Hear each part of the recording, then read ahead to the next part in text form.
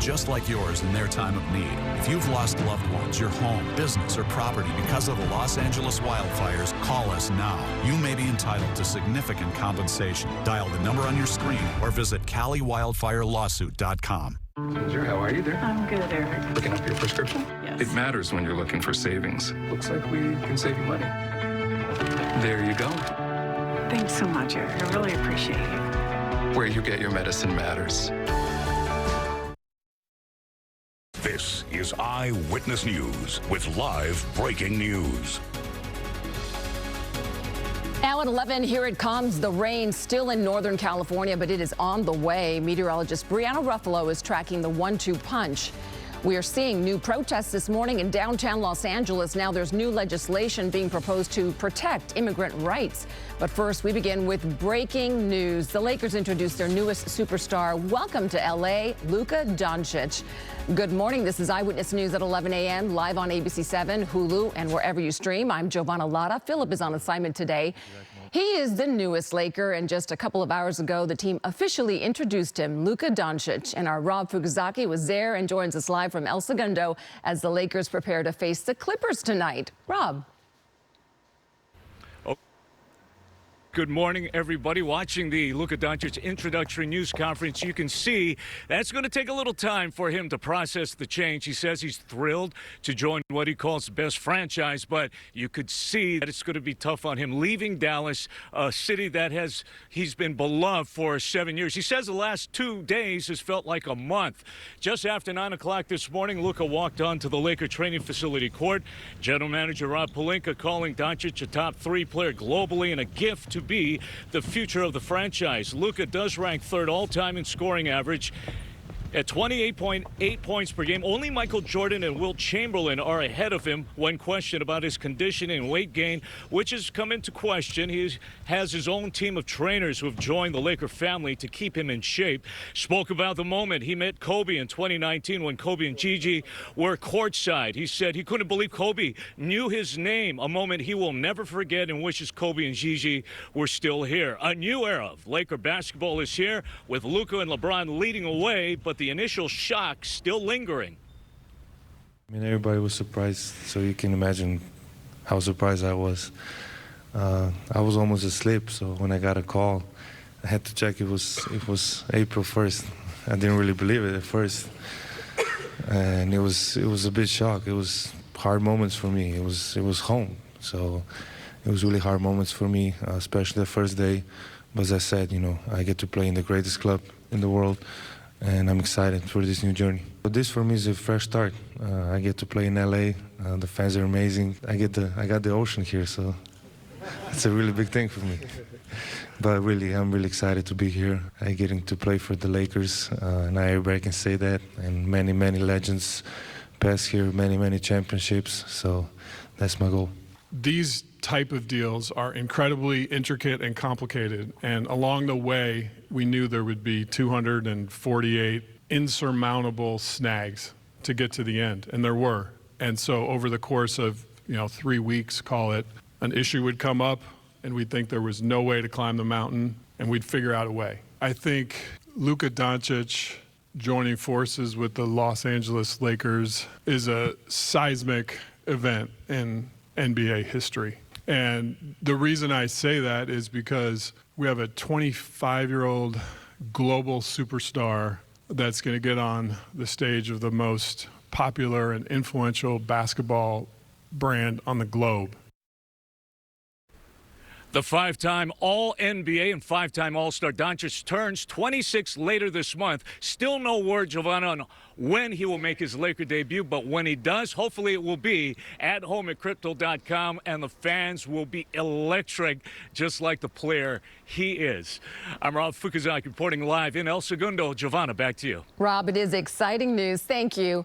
And now to your weather. You wouldn't know it by looking at this picture that rain is on the way, so enjoy the sunshine while you can. Meteorologist Brianna Ruffalo is tracking the conditions right now. Hey, Bri. Yeah, hey, not a whole lot happening quite yet, but it is quite a bit cooler outside, so you might notice that difference.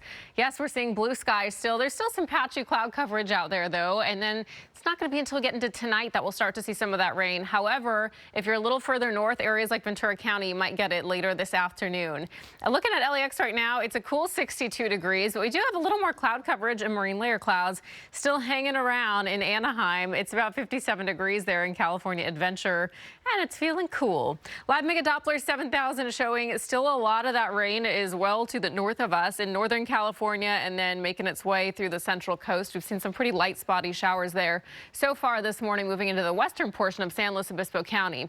So later today, it's finally going to reach us, and then we will start to see some rain really pick up in the overnight hours. So we are expecting wet morning commutes tomorrow. With the rain, the cooler temperatures, we're also going to have some winds pick up later this afternoon into tomorrow morning. High wind warning also in place for northern Ventura County mountains, otherwise wind advisories for the northern mountain communities. So it's going to be feeling quite different than it was this weekend, where it was pretty calm, it was mild, and now we're heading into several days of some rain. On and off, though, it shouldn't be all at once. There's about a less than 5% chance, or about 5%, of seeing debris flow in some of these recent burn scars. So chance is not really high, but we're saying prepare just in case anyway. All right, Javon, I'll send it back to you for now. All right, Bree, thank you. Before the rain heads our way, officials are taking precautions and closing Pacific Coast Highway once again. Our Scott Reif is live in Air 7 with the details. Hey, Scott. Yeah, Giovanna, you know, just yesterday morning at 7 o'clock, they opened up PCH with a restricted speed limit of 7 miles an hour, but at least you could get in between the Palisades and Malibu. That's Chautauqua right there, and right now you can get by. But starting at 3 o'clock today, they're going to shut down PCH. That's going to be ongoing until Friday sometime in the afternoon, because we just don't know exactly how much rain we're going to get. What they're worried about is the hillside. You see, everything's charred, and all of the brush there is given way, and they're worried the hillside could come down onto PCH. And because of that, they're shutting it down. Once again, that's going to be in effect until Friday. We're hoping the storm is not a big one. It looks like Brianna mentioned we're not expecting too much rain, but as a precaution, PCH is going to be shut down in both directions, open to residents only with passes. That's starting at 3 o'clock today, and it will be in effect until sometime on Friday. Giovanna? Scott, thank you. Happening now, more protests rallying for immigrant rights. Air 7 over downtown LA this morning, showing large crowds taking to the streets again. It comes amid a push for new legislation being introduced to the LA City Council. Eyewitness News reporter Jaysha Patel joins us with the details. City leaders say LA County is home to 800,000 undocumented workers, and they say 1 in 3 Angelenos are immigrants. That's why today's city leaders shared proposed legislation to protect immigrants and undocumented residents. The goals of the proposed legislation is to address issues such as workers' rights, ongoing deportations, and protections for the city's immigrant population, including undocumented residents. Los Angeles passed a sanctuary city law back in November, and Councilmember Hugo Soto Martinez this morning introduced a package of legislation that includes a Know Your Rights campaign, which is a citywide education effort to inform immigrants about their rights and sanctuary city policies. The legislation package also includes notification of ICE enforcement to explore policies that would have businesses report ICE enforcement actions to the city. City leaders say they also want immigration support at LAX and support for state legislation urging the state to increase funding for deportation defense. And lastly, funding for legal services. They're calling for a report on how the city can support immigration legal services. These are all important things to do because when I was growing up in Los Angeles, my own parents were undocumented. At that time, when my dad picked me up or dropped me off at school, he wasn't concerned that ICE was around the corner to detain him. When we were street vending, we weren't asked for our papers. And when my mom went to church, she wasn't worried that she would never return back home. When we got home, we felt the safety and dignity that we all deserved, because the fear of deportation was not present as it is now. Now, this has not been approved yet. The motions will have to be introduced, and then the city council will eventually have to vote. In downtown LA, Jaysha Patel, ABC 7 Eyewitness News. Thank you, Jaysha. We all know egg prices are through the roof, but an egg surcharge, one restaurant chain is actually charging customers just that. But first, in the wake of the fires, the